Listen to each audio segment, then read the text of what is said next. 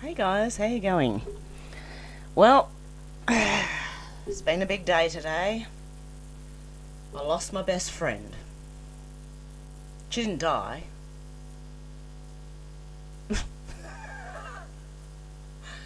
She's not a conspiracy theorist, apparently, and didn't like the fact that I am one. Anyway, guys, I wonder how many of you have lost friends and family over this, hey? I'd love to know. Anyway, guys, I wonder if any of you Aussies remember this chick. This half-wit. And I think we should put her in the front lines of fighting the fires too, by the way.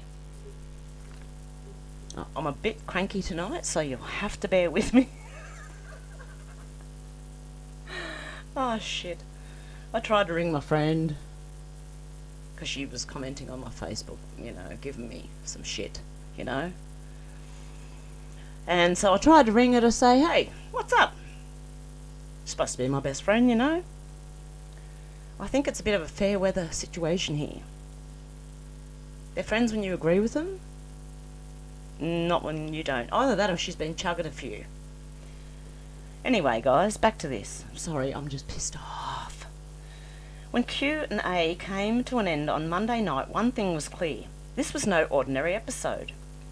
In a special to coincide with the Feminist Ideas Festival broadside, the panel considered questions and topics such as whether violence was a warranted and preferred method of effecting change, whether the police should be abolished, and what positive masculinity could look like. At times, Monday night's show went to places Q&A rarely goes. We're trying to keep the language under control, the host Fran Kelly said at one point. If you're offended by the profanity, maybe leave now. That freewheeling approach accumulated in the Egyptian-American journalist Mona Eltaho. I can't even say her name. I don't want to say her name because she's a piece of rubbish as far as I'm concerned. Offering her best feminine advice. Be more bisexual, be less cisgendered in the way you move through the world. Fuck it all up and be free. The decision to book whatever her bloody well name is, had already been seized upon by the right-wing Spectator magazine to attack... Oh, of course, yeah. As soon as you don't agree with them, you're right-wing. For justifying violence. Well, she did.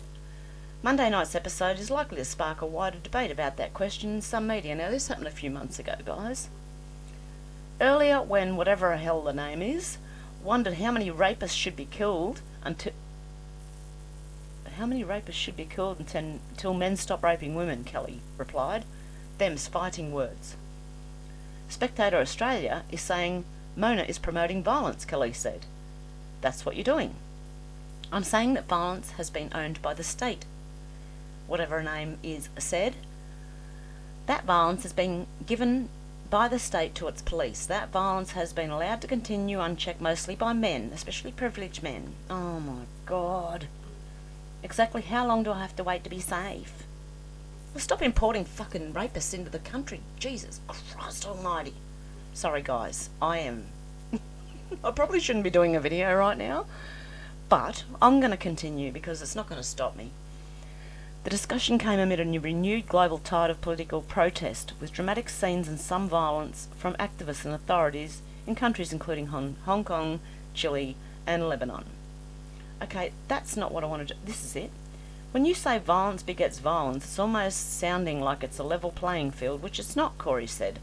I wonder what our kind of tipping point in Australia is going to be when people start burning stuff. I look forward to it. Now, I believe, from her saying this, she should be chucked in the front line of the fires, mate. Too bad if she's not a firefighter. If she goes, she goes. What a bitch.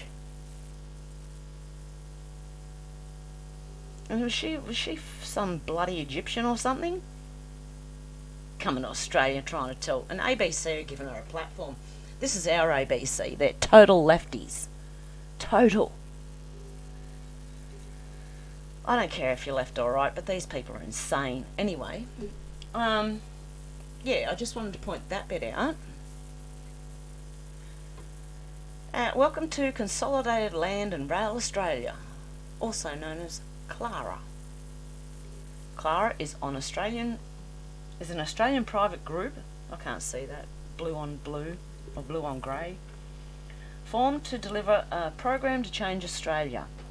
We seek to undertake a rebalancing of our settlement rebalancing, all right. They're going to put you in smart cities and deliver new ways of imaging, planning and building cities, transport and infrastructure. So yeah, we will build compact, sustainable, smart cities connected via high-speed rail. This is what we're arguing about. Apparently, there is no high-speed rail and there's no conspiracy.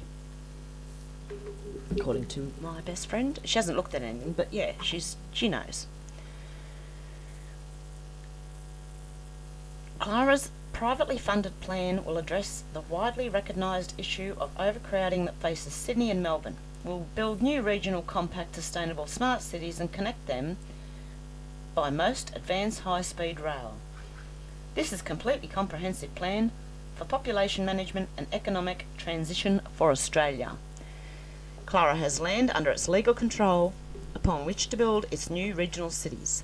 Clara can truly capture the value from the land uplift and apply it, paying for the high-speed rail link. Because Clara has the land for new cities development, our business model projects a commercially viable product that should not call on taxpayer funding. Clara's pre-feasibility business model has the city sites and rail infrastructure being privately funded through the use of land value capture. Unlike other proposals for high-speed rail in the past, Clara's infrastructure can be paid for from the city development rather than from government coffers. And we're trying to tell you to join them. Oh dear God. Clara has a bold vision, a world-leading team of professionals and the plan needed to rebalance the Australian settlement and re-image Australian cities. Importantly, we can provide this nation-building program without the need for direct financial assistance from the government. Yeah, right. Okay, I want to stay on the Clara. Here we go. Rail Express. Fast rail funding for Clara questioned. Labor has criticised the Turnbull government's decision to send a portion of its $20 million fast rail business case funding to a company run by former Nationals candidate Nick Cleary. Labor Senator Murray Watt probed a Senate estimates hearing in Canberra on May 21st, asking if senior officials at the Department of Infrastructure, Regional Development and Cities were aware Cleary, Chairman of Consolidated Land and Rail Australia, also known as Clara, was a discharged bankrupt, a former Nationals Vice Chairman in New South Wales and was once pre-selected by the party to run in the federal seat of Throsby. Clara has for some time pitched a plan to build a high-speed rail link between Melbourne and Sydney and up to Brisbane, fuelled by from eight cities, that doesn't make sense, to be developed along the route. It was announced recently Clara would receive a portion of the $20 million the Turnbull government has set aside for fast rail projects around the country to develop a business case for the first stage of its proposed line between Melbourne and Shepparton. So it's just the first stage. But the Turnbull government's program is predicated on finding private sector partners who are willing to match it for business case funding. And the revelation Clara has just $422,000 of capital in its books led Watts to needle department officials on Monday. One official, according to The Australian, said Clara's proposal was a very high-quality sound proposal, but said we didn't go through a detailed assessment of the company's history before announcing the funding. Oh, you've got to be kidding me. Due diligence is to take place during the contractual negotiations, the official reportedly told the hearing. Labor's Shadow Transport Minister Anthony Albanese told Sky News on Monday that while he is a huge fan of high-speed rail, the news about Clara was troubling. Clara doesn't have, it would appear, the money to back up the joint funding that is required, Albanese said. The idea was matching funding. Clara don't have all the land options in place for the corridor that is being picked to Shepparton. And indeed there's a lot of speculation around Shepparton that some of this corridor is on a floodplain. That could be problematic. The former Deputy PM went on to criticise the Clara plan in general. This is utopia after a very long night, he said. The idea of 8 cities in inland Australia where there are currently none. What people who have looked at this proposal in local government have come back with, almost universally, is saying, hang on a tick here, why don't you do something about building up Albury-Wodonga, or Canberra for that matter, or Goulburn, and have the train go through? Albanese said it was disappointing the ambitious Clara proposal had been chosen over other options. The bids included pretty sensible propositions for the Sydney to Canberra route. For example, that didn't rely upon whole new cities being built, he said. The Clara plan relies upon that. It relies upon the land options being there. It relies upon whole new planning mechanisms by and large in Australia. Given how long have seen European settlement, there is a reason why cities have thrived and grown located where they are. So let's see what else we've got here. The Smart City Conspiracy.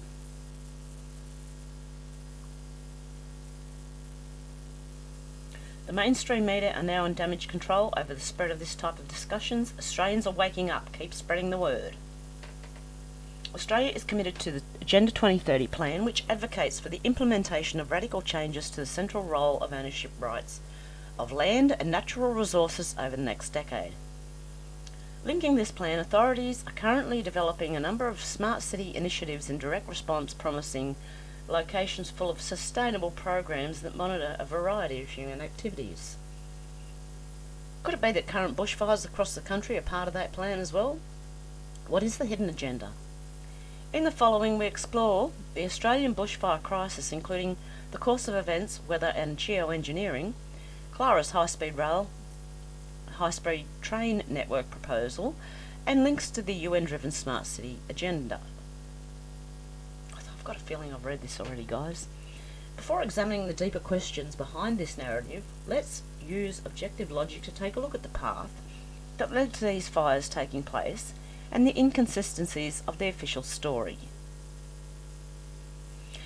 In the latest state budget, $12 million in expenses was cut from Fire and Rescue New South Wales, while the Office of New South Wales Rural Fire Services, a service run by volunteers, lost $26.7 million in expenses. Byron Bay, which is currently being torn apart by fires, was promised $5.85 million for a new fire station in Kingscliff. The funding has yet to arrive. Many firefighters are currently battling the blazes with bore water, as New South Wales is currently experiencing a severe drought and was already running out of resources before the fires began. As a result, thousands of residents have been told not to expect help from the New South Wales Fire Services and were left to evacuate for themselves. As we have explored previously, the natural cycles are a common occurrence in this country, and the temperatures and heat experienced is certainly not a new phenomenon. Instead, the key point to note is that conditions regularly get so dry that if a variety of bushfires were to start at any point across the country, they would leave a distinct mark and spread quickly, especially if there was no response to contain them. Deliberately lit fires. Today there is over 100 fires spreading, many of which have been lit at the same time. Do we really have a climate emergency, or do we just have an arsonist emergency? Who's starting these fires? Recent policies over the last few years have also made hazard reduction activities more difficult, including a cutback in backburning, where authorities identify at-risk areas close to developments and reduce the load with controlled burning in preparation for bushfire season. As we learn more about the ongoing bushfire crisis, many mainstream media news reports are suggesting that most of the fires were intentionally lit. This includes 7 by a RFS volunteer, which is a Rural Fire Service volunteer. Furthermore, experts estimated about 85% of bushfires are caused by humans and not by unprecedented conditions as being described. Recently, 3 12-year-old boys have been dealt with under the Young Offenders Act for deliberately lighting bushfires as blazes ravaged the New South Wales south coast. And I bet you they get a slap on the hand and told, don't do it again. They won't get locked up for it, they won't be charged. Well, they might be charged, but no, I doubt it. Police are currently, it's a great way to just throw it, you know. Just say they're all kids or all elderly and no one will blink twice, you know, no one will think twice. Police are currently appealing for information about fires at Mumbai, Berkeley, Balgownie, Turramurra, Katoomba and Morisset and the Royal National Park near Loftus. There have also been reports of people stealing firefighting equipment as New South Wales Police probe several suspicious blazes around the state. Weird weather patterns. Another initial question surrounding the bushfires is related to ongoing abnormal phenomenon in the natural world in anticipation for this mass event, including reductions in rainfall. And if you haven't seen it, go back and watch my previous videos because I show you how they're deflecting rain from Australia. On one day, for the first time in Australian history, there was no rainfall at any parts of the country, with the usual reading leaving the Bureau of Meteorology team scratching their heads. I'm sure they were. The team can't comprehensively identify a day in our records where there hasn't been rain somewhere on continental Australia, a Bureau spokesman said. At the same time, there were also many strange weather occurrences happening at the Queensland-New South Wales border, with echoes of metal or plastic fibres being recorded. 7 News Brisbane on the 24th of October. There's been something strange going on in the skies of southern Queensland in the past day as mysterious echoes started appearing on the radar. It's not weather related. Skies were clear last night and there was no rain recorded anywhere. One theory is that it's a thing called chaff. Small metal or plastic fibres released into the air to help shield military aircraft from radar detection during exercises. And pull the other one if you expect us to believe that, you half-wits. I mean, I know there's chaff, but to say that that was just to shield military aircraft from radar detection, that's what I'm talking about. I think it's rubbish. I might be wrong. Correct me if I'm wrong, guys. Reports also suggested in September that a rare event took place 30 kilometres above the South Pole and was expected to impact Australia's rainfall outlook. And we know they've got bases down in Antarctica. And sometimes, if you've got the world weather map, you can sometimes see the interference coming from Antarctica. And it's quite big. It's not little. It spreads. Okay.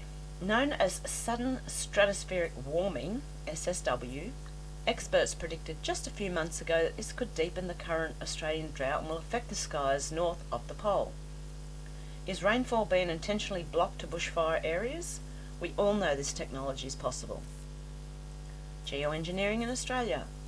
For over 5 decades in Australia, the study of clouds, rain and the atmosphere has been largely hidden from the public as a secretive network of government agencies and private business interests continue to manipulate the weather around us to their personal benefit. Geoengineering or weather manipulation has now become commonly accepted as the deliberate intervention or large-scale manipulation of the climate system of Earth to counteract global warming or to influence the environment. I think they're trying to convince you there is global warming. In Australia, cloud setting was first trialled in Australia in 1947 when the CSIRO used Royal Australian Air Force aircraft to drop dry ice into the tops of cumulus clouds. Following the success of initial trials, CSIRO scientists would continue this work until 1952, soon expanding to include theoretical, laboratory and airborne investigations of cloud structure. As technical advances began to take shape, so did the scale of programs and cooperations between countries to advance these techniques in the 20th century. One of the biggest operations in Australia, compared similarly to HAARP in the United States, is the Jindalee Operational Radar Network, JORN, where the BAE systems will undertake significant upgrades through a $1.2 billion enhancement over the next 10 years. Modern operations include weather and water experimental company, Snowy Hydro, based out of the Snowy Mountains in New South Wales, authorised by the Snowy Mountains Cloud Seeding Act 2004. Hydro Tasmania and Australian Rain Technologies are also usual characters in this field. In December 2006, the Queensland Government announced $7.6 billion in funding for warm cloud seeding research to be conducted jointly by the Australian Bureau of Meteorology and the United States National Centre for Atmospheric Research. Oh dear God. Weather Modification Inc. also supported the Queensland Environmental Protection Agency during their 2008 feasibility study for the augmentation of rain and air chemistry monitoring, providing an instrumented aircraft and crew for cloud seeding. Former Prime Minister Malcolm Turnbull announced in 2007 that $10 million from the Australian Government Water Fund will be given to the investigation of an untried technology that aims to trigger rainfall from the atmosphere even when there are no clouds. This is where things get interesting. The rise of smart cities. For those who are unaware, the Australian Government has committed to a new Smart Cities plan which sets out the Government's vision for productive and livable cities in the near future. The plan represents a framework for cities policy at the federal level and will guide action across various portfolios to deliver sustainable outcomes for cities and the people who live in them. The Smart Cities Plan sets out the Australian Government vision for our cities and includes 3 pillars: smart investment, smart policy and smart technology. Key domestic initiatives include the Smart Cities Plan, City Deals, the Smart Cities and Suburbs Program and the National Cities Performance Network. Coupled with a sophisticated surveillance grid to monitor and control a created environment, the UN-driven desire to make Australian cities more livable and prosperous is driving the integration of information technology into city management programs at this very moment. Perth's Smart Cities and Suburbs Program, the Smart Darwin Project, the Melbourne as a Smart City Project, Sunshine Coast Council Smart Cities Framework and Smart City Implementation Program, the Newcastle Smart City Program, Ipswich's Cooperative and Automated Vehicle Initiative, the Adelaide Smart Cities Initiative and many others. Smart city initiatives have been instrumental in the development of China's draconian social credit system, and we have expressed concerns that a similar system will soon reach Australia. Get ready for it, it will. Ultimately, these fragmented projects will develop and connect together to make up the smart city vision, and we are already seeing small examples of this come to light. But why is this important, and what does it have to do with the current Australian bushfires? The links are clear once you begin to scratch beneath the surface. High-speed train proposal. Enter the Consolidated Land and Rail Australia Company, better known as CLARA, which makes a I think I have read this, sorry guys. If I'm repeating myself, I'm sorry, but I'm going to read it.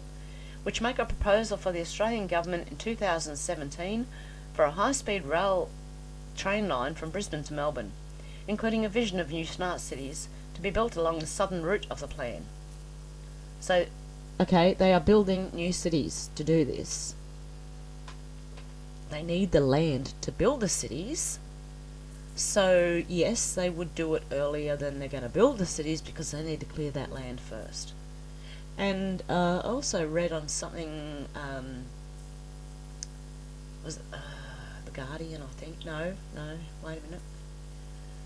It was another website, and it was Channel 7, I think. Was it Channel 7? Anyway, they were talking about the people who've been burnt out now. Insurance companies will probably pay them out the first time, but will not reinsure them again. So it'll force them to move if they want insurance.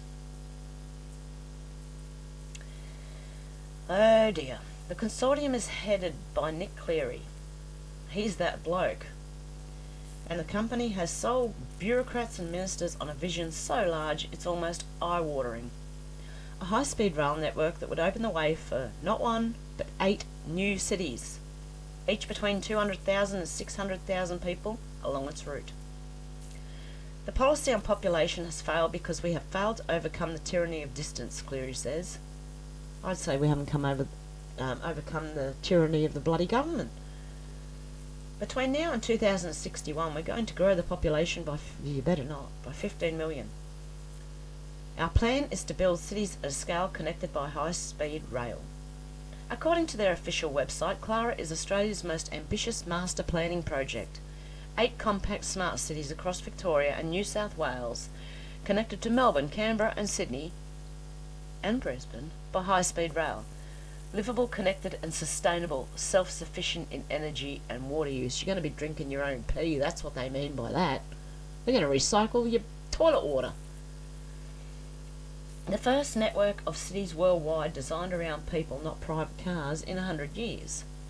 Yeah, so you won't see, it is Agenda 21. You're not going to be able to travel into the country. They're going to block those areas off. They're going to say, oh, they're too dangerous, they might catch fire. First Clara City, and please, I'm not having a go at anyone who's been through I really deeply sympathise. It's horrible, and I'm trying to get the word out there, hopefully so this never happens again. The first Clara City is proposed near Shepparton in Victoria's north.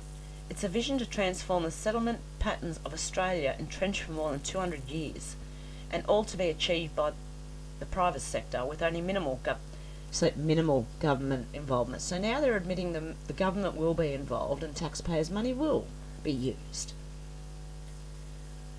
ASIC searches show a web of companies behind Clara, and Cleary says there is a separate consortium agreement and a number of firms that are funding us while we pass milestones. Yeah, they're passing something else. Bullshit. Until recently, there have been serious doubts that the project would even get off the ground after being predicted to cost north of $100 million to fully clear the land and develop infrastructure. Could there be something going on beneath the surface? Yes, because also, where the fires have been, those people didn't want to sell their land and they were in the way. So what do you think? What do you think they're going to do? The smoking gun. Cleary says they have secured crucial land to begin the mass project around the sites of the first 2 new cities, stating, "We have some land in our control around these locations. It's around those areas about 10 kilometres from Shepparton." When investigating this, one must ask the question, is it merely a coincidence that this area is one of the locations under serious threat from fires? This is not simply an isolated incident or coincidence. Closer examination shows many of the current fires along the east coast correspond to the proposed route for the high-speed rail line and locations that are part of the Clara proposal. Let's take a look at the proposed Smart City train line, which we already have.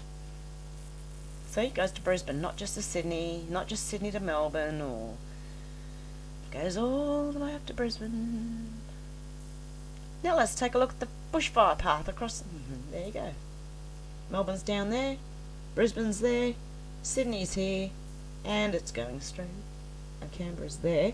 So what it does is it has this little thing and Canberra. So what we're doing is if you have this little thing and then Canberra, and the rest of it goes down here. Can you see that? I hope you can get. I'm trying to get them both in the same picture. Ooh. Okay. So you can see that. It's pretty much in line. On further investigation, Shepparton is also revealed to be a region inside Clara's documents explaining various locations the train line will run. Government funding contribution to the Clara proposal is up to $8 million. Government funding. So in other words, taxpayers. A fact sheet on high-speed rail says, and in the aftermath of the loss of these fires, both will have a perfect opportunity to snatch up land that is now being cleared by fires to make way for the rail line. Those who have lost property to fires along the proposed rail route will likely not allowed to be rebuild on their land, instead encouraged to rebuild in areas designated for new smart cities. In fact, Clara has already signed agreements with landowners along the proposed routes for the high-speed train, which have now lapsed and leave a bitter taste for farmers in the area. Could we be seeing the intentional burning of Australia? How is this all ultimately connected?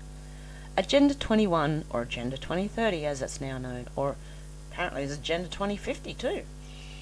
The significant linkage here is that the government fully admits that smart cities are part of Australia's significant contribution towards achievement of Agenda 2030, Sustainable Development Goal 11.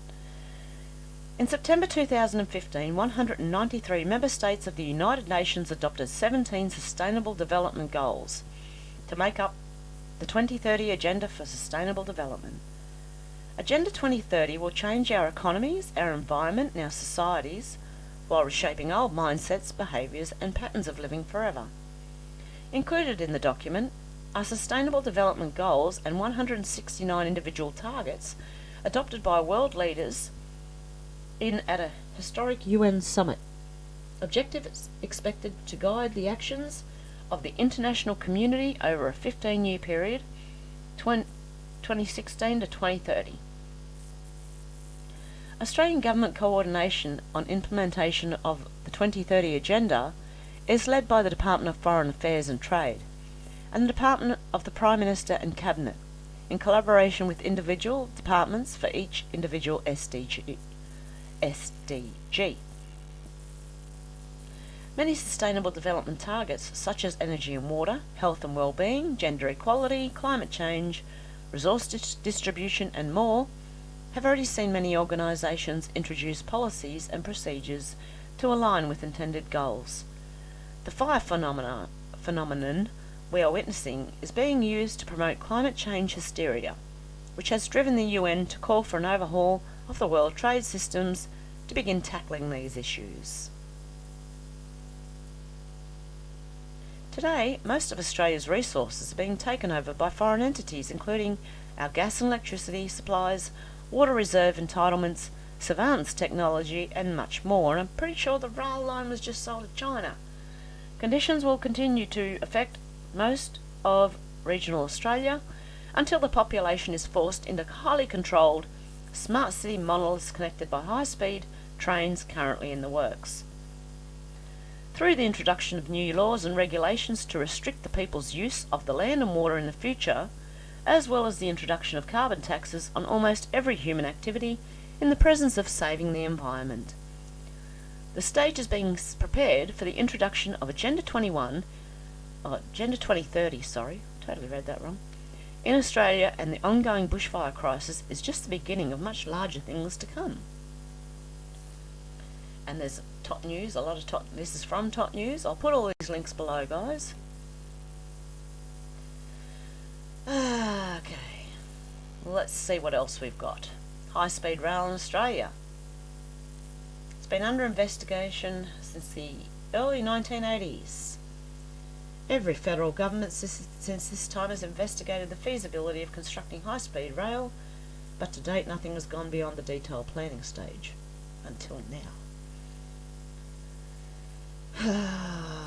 The most commonly suggested route is between Australia's two large cities, Sydney and Melbourne, which is the world's second busiest air corridor.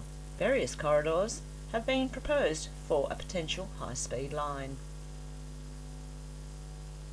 I'm not going to go into this too much, guys. Probably full of shit. Here we go from the Australian Government, infrastructure.gov. Smart cities and suburbs. The $50 million Smart Cities and Suburbs program is supporting the delivery of innovative smart city projects that improve the livability, productivity and sustainability of cities and towns across Australia. But doesn't it just sound so bloody lovely? Not at all. Round 2 outcome. The Unhonourable Alan Tudge MP, Minister for Cities, Urban Infrastructure and Population, announced the outcome of Round 2 of the program on the 19th of November 2018. In Round 2, 32 projects located all around Australia will benefit from over $21 million of Australian Government funding. Taxpayers' money again. Round 2 was highly competitive, 102 applications were received. Applications for Round 2 of the program closed on 2nd of July 2018. For information on the application process, visit business.gov assistant smart cities and suburbs program. But hey, it's not happening. I'm just delusional.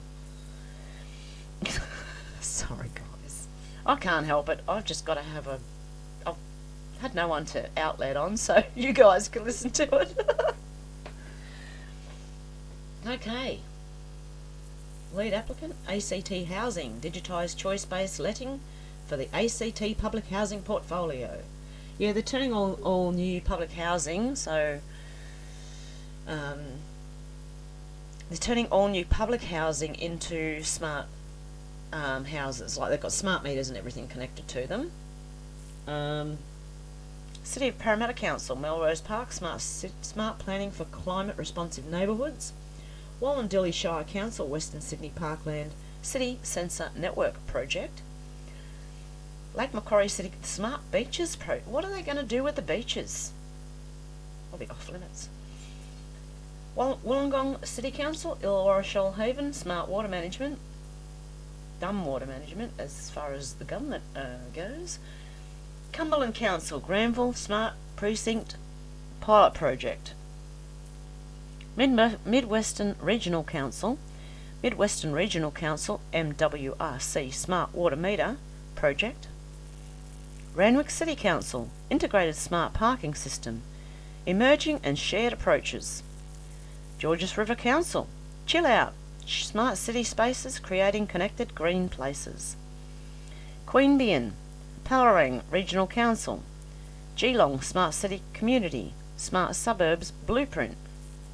Canterbury Bankstown Council, Closing the Loop on Waste Project. Council of the City of Broken Hill, Australia's first heritage city becomes an Australian future city. I don't care about heritage. Yay, new subscriber.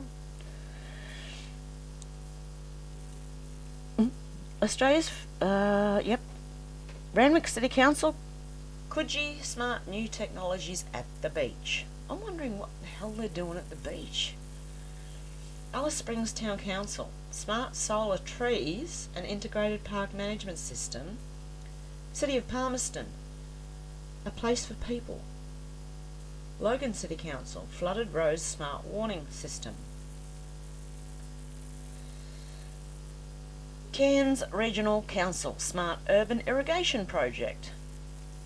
Marinora Regional Council, SCADA implementation for water, sewage, gas. Bundaberg. And these councils, they're not even legit, and they're doing this. Reducing urban glow, supporting sea turtle survival using open data. Well, they've proven already that trying to save the wildlife doesn't work. They just burnt the whole bloody lot. Anyway, I'll put this in the links below, guys, but I'm not going to read this. Hang on, I'll read this bit. Round 1 outcome. On 17th of November 2017, the successful projects of Round 1 of the program were announced. 49 projects will benefit from a total of $27.7 million in Australian government funding across all states and territories. Round 1 was highly competitive, with 176 applications received. Successful projects are being co-funded by partners including local governments, taxpayers' money, industry research organisations and the private sector. In addition to the Australian government's funding, project partners include local governments, illegitimate local governments, industry, research organisations and the private sector are contributing almost $36 million. Oh dear God, we're in trouble. New to smart cities and smart technology, get future ready. Local governments that are new to smart cities and smart technology can access material from the Future Ready Incubation Series. The series ran between May and December 2017 to complement the program and build smart cities capability.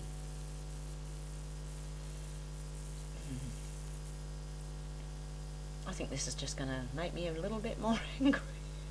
I'll put this in the comments below, guys, because I really don't think I want to read it. Okay, now the rest of it. Let's go for the rest of it. Fire. Greater Shepparton was where they were starting, remember?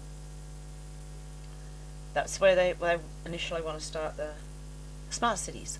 All of Victoria is at risk of bushfire, whether you live in the bush, on a farm, near the coast, or in a suburban area surrounded by grassland. Or if you plan to travel in these areas, you could be affected by a bush, grass, or scrub fire. Jesus Christ, maybe we should all just leave Australia. Or maybe we should all just leave the planet, hey? In fact, to stop the planet, I'd like to get off. I want off this place, mate. This is ridiculous. Oh, by the way, I will never commit suicide, so if anything happens to me, you know it wasn't me. This sounds like they're going to try and convince people. Every Victorian needs to look at their home and surrounding, assess the risk of bushfire, and develop a written bushfire survival plan. Why do you have to write it out? This plan details how you will prepare yourself in your home and helps you decide what to do if threatened by bushfire. It is important to remember that fire doesn't only threaten people who live in dense bush. Suburban homes were destroyed by bushfire last summer.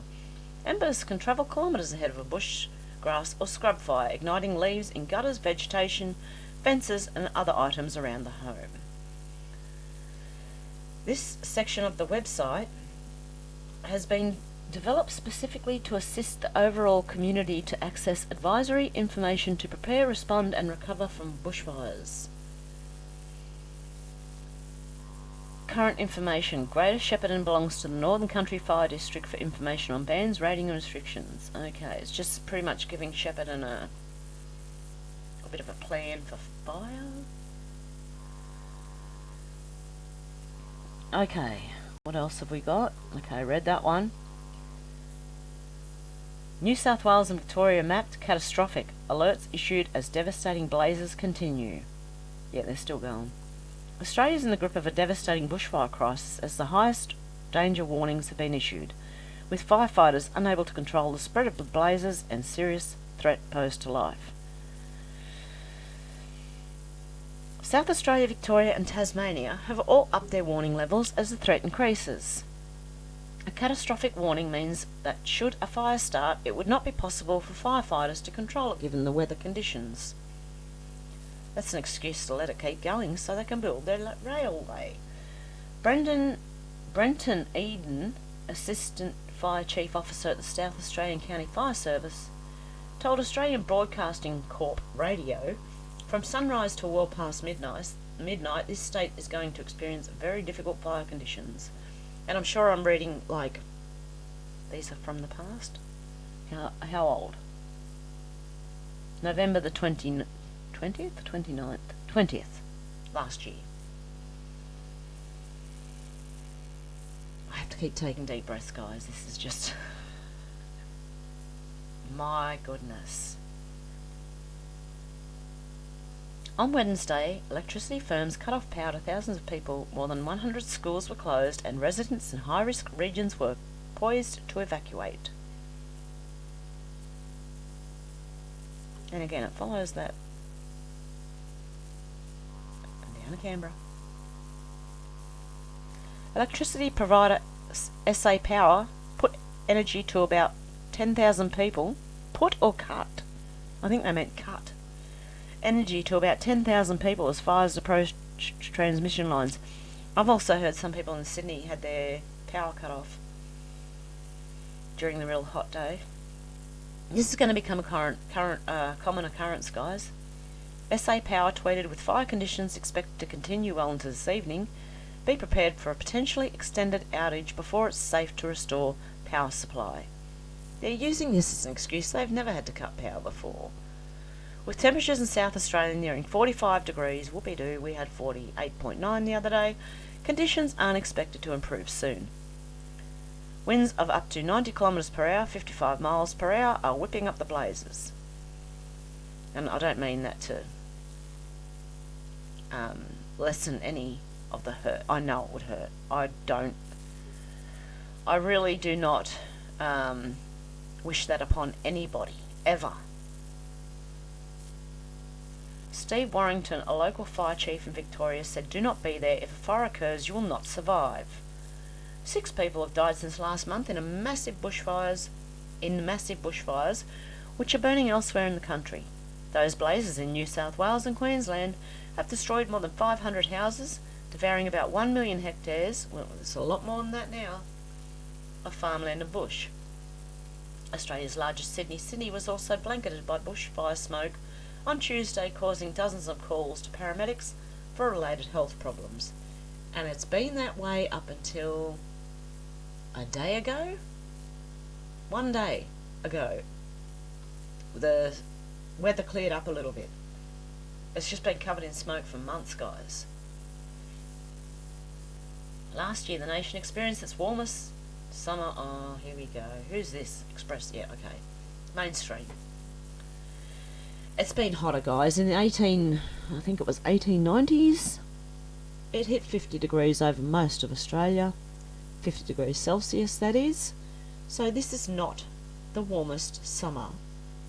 Maybe since they've been keeping records, but not the warmest summer ever.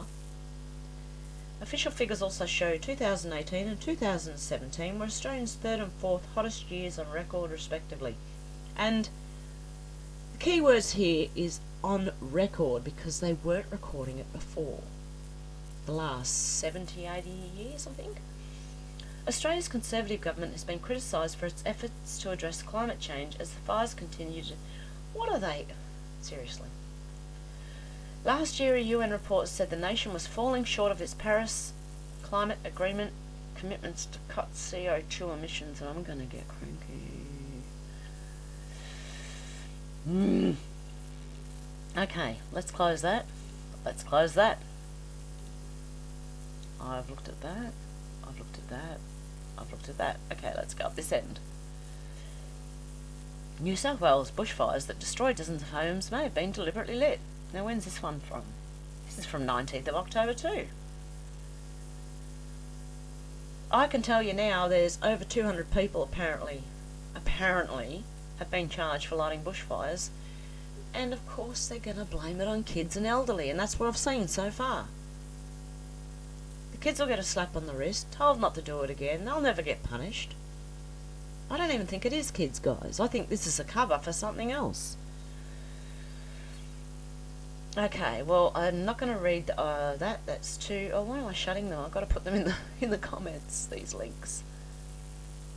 Echo Daily. Can New South Wales afford a fire station for Byron? See, they're cutting back. And it's mainly the states, guys. The states look after the fireys, not the federal government. It's the state government. So anyway, they're cutting funding to the fireys, and their equipment is also being stolen. So yeah, I'm not going to read this. Okay, what was this?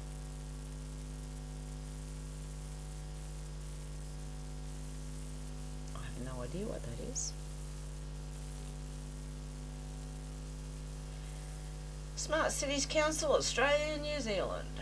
Is Australia finally going to get high-speed rail? High-speed rail? When's this from? 2017.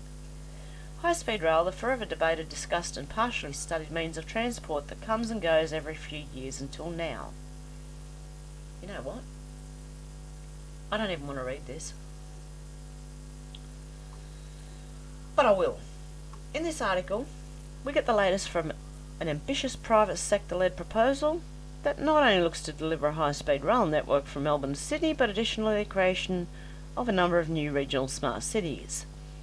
The proposal by Clara is not so much about transportation, but rather regional settlement, somewhat of a rebalancing of the population. We will continue to watch this proposal with a close eye, and in particular contribute any necessary dialogue on smart cities. Adam Beck. Every federal government since the early 1980s has looked into high-speed rail networks, but they have always fallen off the table during the planning stages, largely because of the massive investment required. Consolidated Land and Rail Australia, CLARA, an Australian-based consortium, will present what has been referred to as an unsolicited proposal to Prime Minister Malcolm Turnbull's government at the end of June. Clara Chairman Nick Cleary confirmed that $200 billion proposal would be submitted during a Goulburn Chamber of Commerce meeting this week. And remember, he only had 400,000 of that.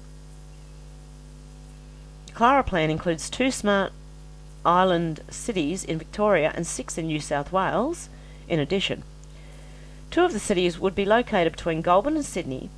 A business and engineering case analysis is under review, and the company also plans to submit bids to the Victorian and New South Wales governments. During the meeting, Cleary made it clear that the high-speed rail component of the project is not the cornerstone, he commented. This is not about finding an easier way for people to go from Melbourne to Sydney. This is about opening our regional opportunity from within.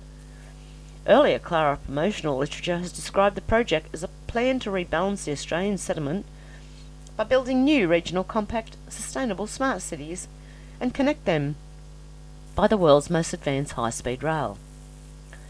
While the proposal is unsolicited, Prime Minister Turnbull is familiar with it. He met last year with Clara representatives and was, according to news reports, enthused about the concept, and has said on other occasions that he would support a plan like Clara's. The delay in submitting the proposal can largely be attributed to a request for more details, and if the proposal fails to win government approval, Clara will submit a different proposal, one suggested by the Prime Minister. And that was at the time of this being written. Turnbull was our Prime Minister. It's now ScoMo. Who pays for it and how? Clara insists the taxpayers won't be paying for the project. Really? I'm sure I just read that they were. The government and councils were helping. Where do they get their money from? Yeah, exactly. Consortium's financing plan is based on a value capture model proposed by the Prime Minister. The idea is that once farmland is converted into smart cities, that land could be sold for far more than its initial purchase price. Cleary earlier estimated that a piece of land bought for the $1,000 could be sold for 150 times that much once the cities and infrastructure are in place. Cleary said the consortium has bought options for about 50% of the land needed for the Sydney to Melbourne corridor, and the rest they're just burning.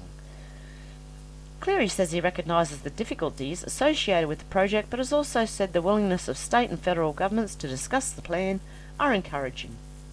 He also seems to understand the potential impacts on existing nearby communities. Clara expects that about 15% of the people who live in the smart cities would commute to work. During the Goulburn meeting, there were concerns for some audience members that the new cities would hamper their community's growth. Cleary's response: people who want to live in Goulburn want to do so because of the great attributes, charm and historical nature. They are not the same people, I believe, want to live in a smart city. Yeah, they'll give you a choice at first, and they'll give you no choice. He also acknowledged there are advantages and disadvantages, but that the benefits of the Clara plan outweigh the disadvantages. We're not trying to build a utopia here that everyone's going to want. We're saying there's a market. Dear God. And it's the same thing. Land deals have been struck. When was this? 2016. Yeah, it doesn't sound like utopia to me. So this is what you're all going to be living in. Stack and pack 'em. Stack 'em and pack 'em. Fuck me. Jesus Christ almighty. Sorry, guys. If you don't like swearing, you're probably not going to like this video much, because I'm swearing. I swear like a trooper, mate. I'm trying not to, and I can control my mouth when I have to, but at the moment I don't even want to control my mouth. The dramatic footage uses excerpts from former American President John F. Kennedy's 1960 Democratic National Convention nomination acceptance address, where he says, "The problems are not all solved and the battles are not all won, and we stand today on the edge of a new frontier, the frontier of unknown opportunities and perils. The new frontier of which I speak of is not a set of promises, it's a set of challenges." And they leave the rest of it out, because if they put the rest of it in there, it wouldn't go with their stupid story. The ambitious plan includes the construction of 8, and we've read that. Clara, we've read that. New regional compact sustainable smart cities. Jesus Christ. Sorry, guys. And I don't mean to blaspheme either. I'm asking for his bloody help. It's expected to come with a $200 billion price tag, but the company claims it won't. So here we go again. Won't cost taxpayers a cent. Bullshit. Absolute freaking bullshit. Mate, what this new world will look like is yet to be determined, but the company flipped between the footage of Shanghai Transrapid and model homes and cities. 6 new for New South Wales, further 2 for Victoria. Oh, they reckon it's a quantum leap forward in the development of the nations. Oh dear God. I can't believe this. I mean, I've read some of it before, but I'm still, every time I read it, I'm like shaking my head. There you go. There it is. Canberra, over, down, over and up, and it goes to Brisbane. Doesn't just stop at Sydney to Melbourne.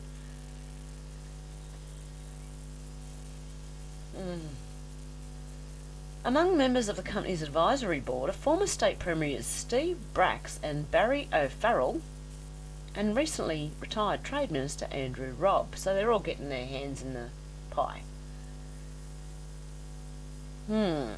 After the mysterious meeting, the Prime Minister excited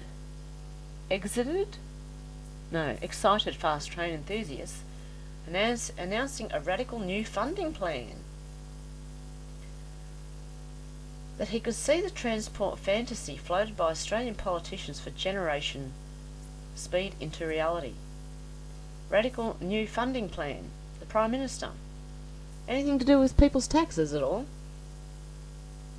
Value capture. The funding plan the PM proposes at the centre of Clara's proposal. It relies on profits made from the transformation of existing farmlands into new developments that would benefit from the new infrastructure and increase in value, which I just read. Trying to work out if there's anything I haven't read on here. I'm just reading the parts that maybe we haven't read or haven't heard. I'm trying to cause myself as little distress as possible. Clara's pre-feasibility model has the city sites and rail infrastructure being privately funded. No, it's not. How many times are they going to contradict themselves? Would mostly fund the project. Yeah, they estimated. They'd still, but no. Look, this is ripping Australians off. You buy land for $1,000 and sell it for $150,000. I don't care whether you build on it. These people are ripping us off. Who's going to sell their land for $1,000? Probably the government selling people land that they, I don't even own. I don't know. He called the ambitious project a decentralised program, saying the new cities and the high-speed rail network would be interdependent, making each other viable.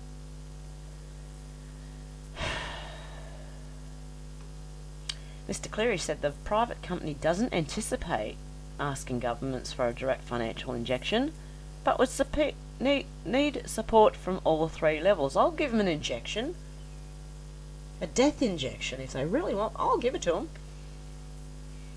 Just give me the syringe and whatever's in it, and I'll shoot them full of it.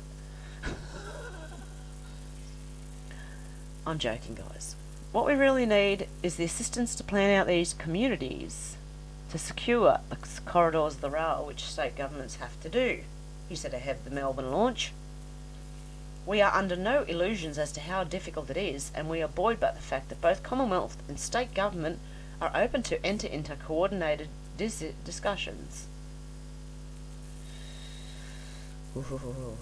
Both sides of federal politics have signalled support for high-speed rail network, but hadn't been able to explain how cash-strapped government would hope to pay for it until the value capture model was floated earlier this year. A vague plan for network building beginning at Sydney and leading into Canberra with links to regional centres like Goulburn had been discussed with a similar plan linking Melbourne. Okay, yep. Fast rail plans have been floated by every federal government since Bob Hawke was in power. And John Howard considered a very fast train in 2000. He famously said he'd rather like the idea of a very fast train, but couldn't justify the $1 to $2 billion expenditure. In 2008, then Labor Prime Minister Kevin Rudd, who looks like Mr. freaking Sheen. You remember that ad, Mr. Sheen? The spray, the furniture polish? That's who Kevin Rudd looks like.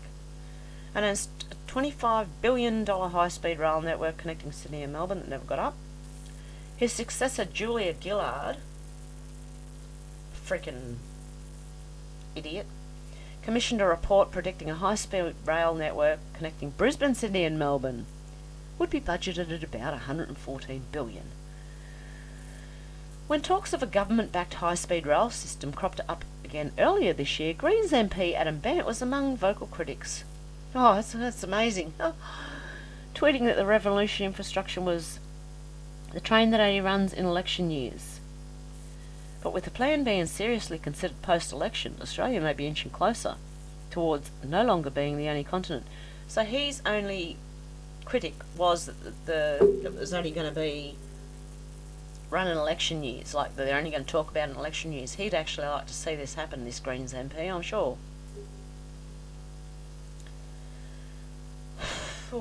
But with the plan being seriously considered post-election, Australia may be inching closer towards no longer being the only continent, with the exception of Antarctica, without fast trains of our own. Do you really think I care?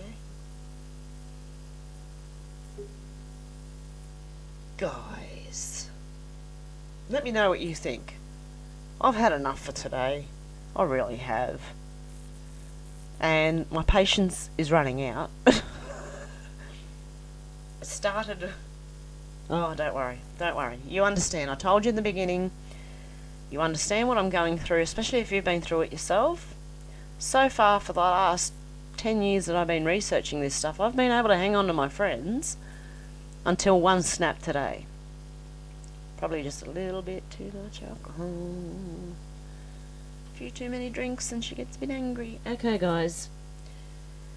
Take care, and I will talk to you soon. Bye, guys.